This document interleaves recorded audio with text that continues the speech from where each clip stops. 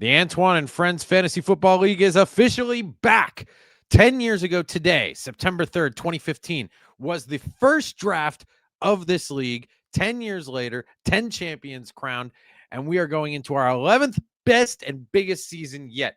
We are going from 12 teams to 14 for the first time since I won the championship back in 2017.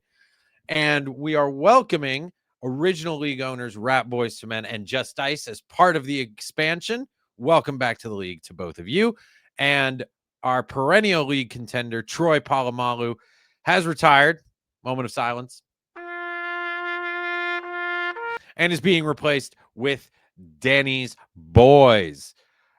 An exciting season of football up ahead. Every Tuesday, I will be uploading videos on this channel covering all the ins and outs of the league. We're going to do a little recap of the week before. We're going to do a little preview of the week ahead, a little preview of each of the 7 games, and I will be giving my quick 6 picks against the spread. We will be doing the pick'em contest just like we did last year. Congratulations to Hot to Bo. Your prize will be delivered to you shortly. Put your 3 picks against the spread each week in the comments of this video or the video of that week. Get your picks in before Sunday or Thursday if you are betting on the Thursday night football game. And I am so excited to say this for the first time in 2025. Let's go to the big board. The big board is back. 7 games. Action starts tomorrow evening. Today, by the time this comes out. Hot to Bo against Rat Boys to Men. First game on the board.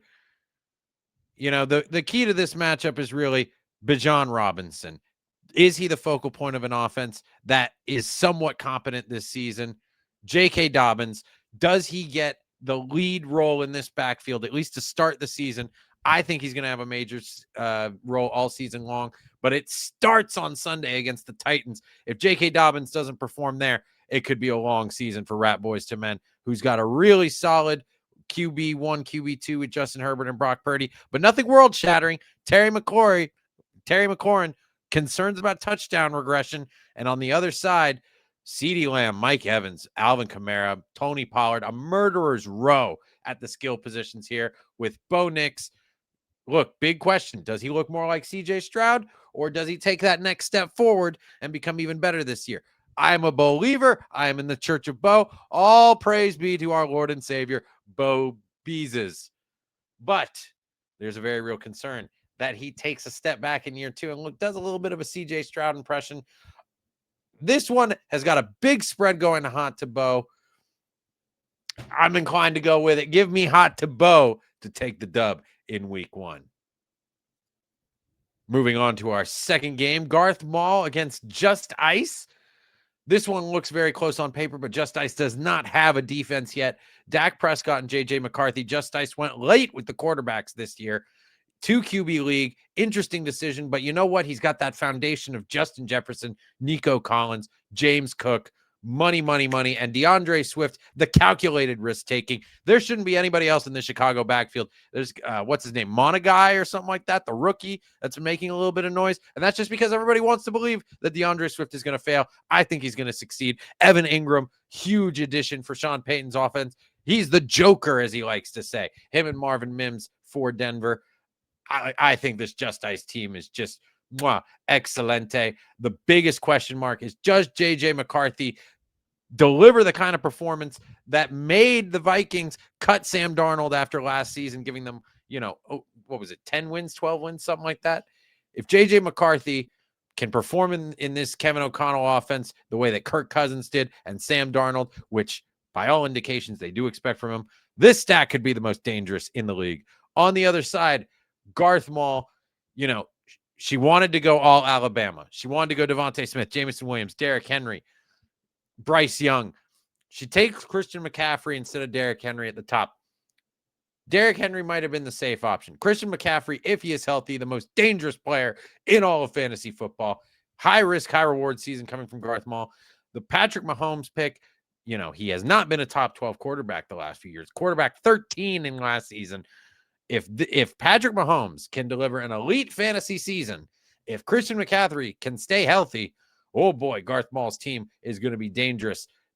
Just Ice, though, you know what? It's week 1, rookie QB. Yes, Dak Prescott's going to be throwing a bunch. I think that the Rook is going to take a little bit to get started. Give me Garth Mall with the upset in week 1. Moving on to the Wallamator and Cup this Chubb. Both of these teams decided to not go with a quarterback until very late in the draft. Cup this Chubb took Tua Tagovailoa, and I don't know if he took a second quarterback. He took Joe Flacco.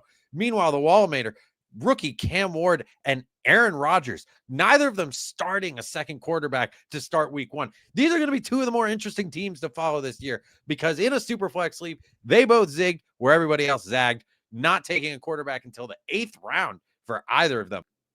You know, push comes to shove. This is a tough one. This is a close one. I'm giving the edge again to the underdog. The Wallamator, I think, gets it done in week 1. But don't sleep on this Cup This Chubb team. Moving on to the first game of the Brother Bowl series. Now, there are 3 sets of brothers in the league this season. This is important. 3 sets of brothers, all right? We've got Danny's boys and Make Love Not Warcraft. We've got Just Ice and H-Hand in the membrane. We've got myself and maybe your double champ. Whoever has the best combined record of those 2 sets of brothers at the end of the season will win a very special side bet. We will be keeping track of that along with all the pick'em results and the regular league results. And maybe we'll even sprinkle a little bit of Dynasty content in there. I don't think, well, maybe. I don't know. But the point is, this is a bit of an unfortunate setup for Make Love Not Warcraft and Danny's boys because whoever you play in week 1, come here. Whoever you play in week 1, you have to play again in week 14. So all the other brothers only have to play each other once, but these 2 got to play each other 2 times. And let's take a look at who's got the edge in this first matchup. Danny's boys, you know, getting Josh Allen at the 5th pick overall was big. It was big for this team. He follows it up with a Jonathan Taylor pick in the 2nd round that I don't love as much. Not because I don't like Jonathan Taylor, because I don't like the Colts, because I don't like Daniel Jones, because I really don't like Daniel Jones, because I freaking hate Daniel Jones. So I'm concerned about just the ball moving downfield for this team. James Conner, I'm worried about him staying healthy for an entire season. Played the entire season last year for the first time in his career. Drake London, potential to be the wide receiver 1 overall on the whole season. Great pick there. Xavier Worthy for the first 6 weeks without Rashee Rice. He's the clear top dog in this offense. Travis Kelce is still a factor, but Xavier Worthy is one of the fastest players in the entire NFL. We saw this, how deadly this position was when Tyreek Hill was here for a while. I love the Xavier Worthy pick. Omarion Hampton, I don't like as much because we don't know what Najee's role is going to be. And I think people are expecting this guy to come in and be the alpha male, the alpha dog immediately. We just don't know that's the case. I love the Isaiah Pacheco pick and the Jordan Love Tucker Kraft stack. Mwah, QB tight end stack after my own heart. I love it. Taking a look at these 2, Make Love Not Warcraft, Danny's boys. There's more question marks on Make Love Not Warcraft. I'm going to go with the computer and take Danny's boys to win in week 1. Oh, buddy. Now this next one. Oh,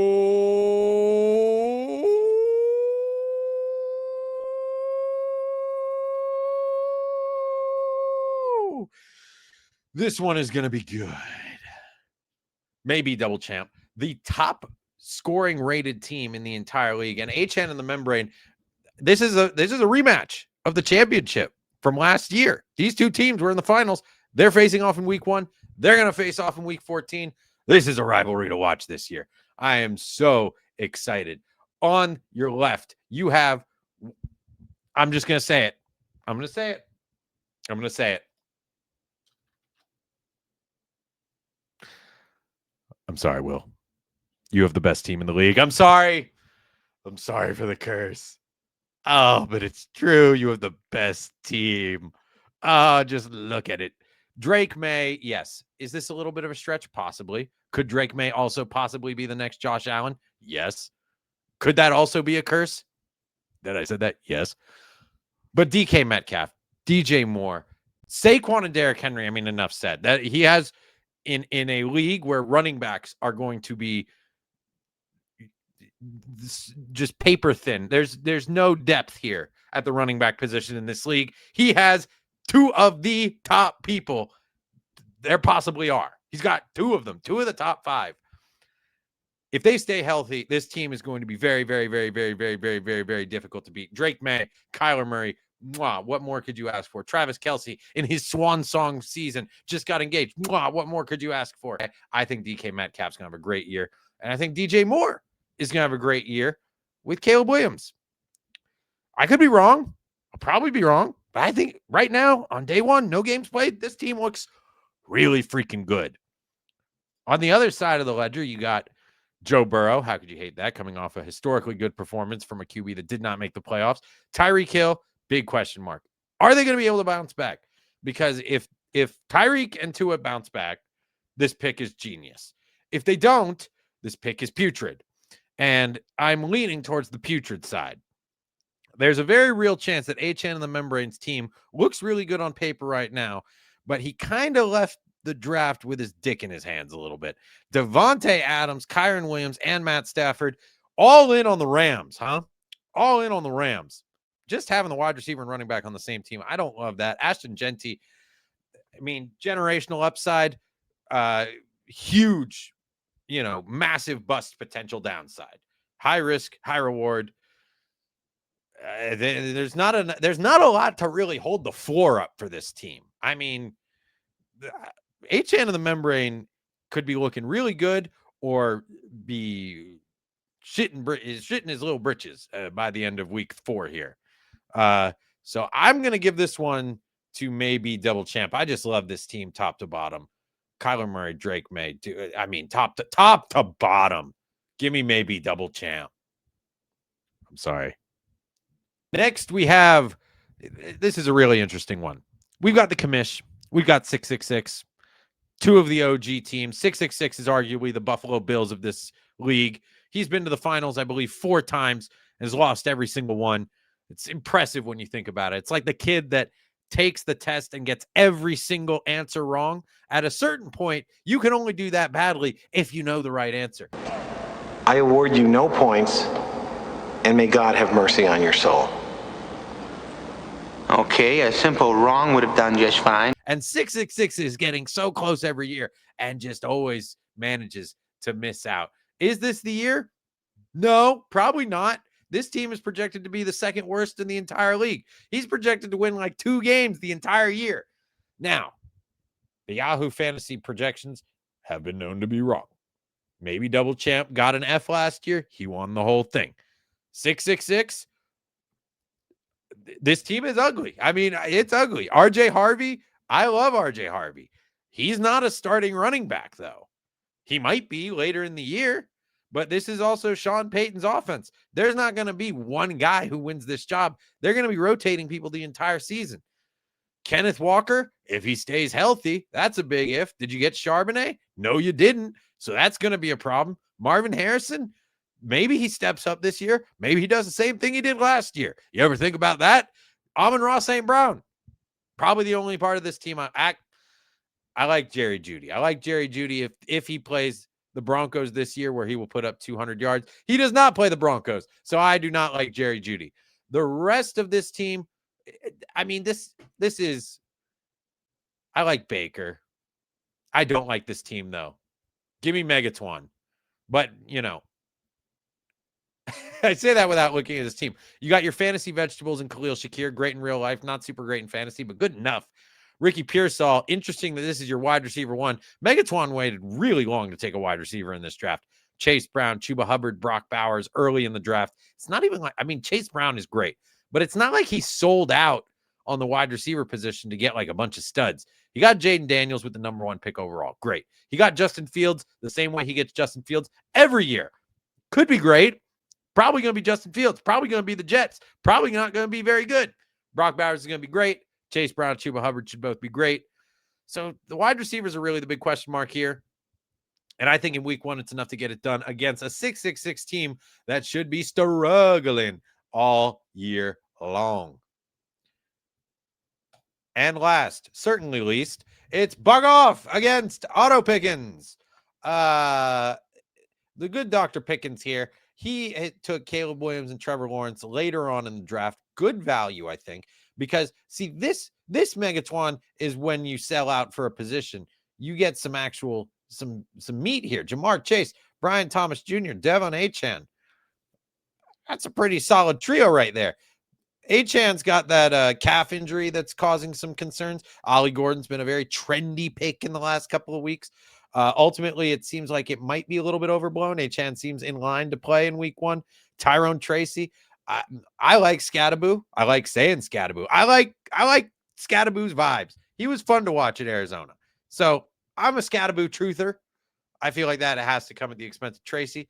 I don't think either of these guys are going to run away with the job, though. So ultimately, it's just going to be, battling for scraps on a Russell Wilson-led offense. Ugh. Jake Ferguson, good value, late, but probably doesn't move the needle one way or the other. And then Trevor Lawrence, Caleb Williams, again, solid value. I think Trevor Lawrence is going to have a good season. Every year there's teams in the bottom 10 in offense that jump to the top.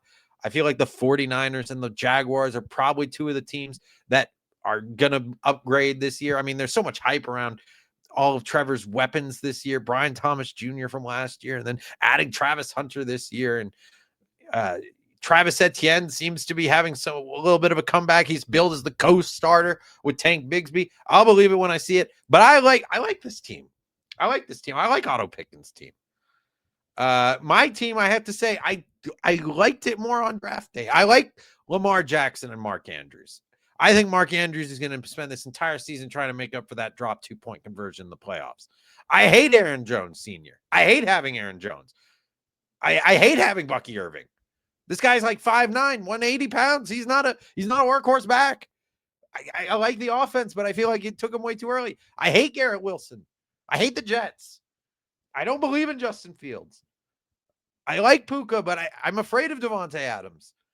I like Jared Goff, but he doesn't run. And he was so efficient last year.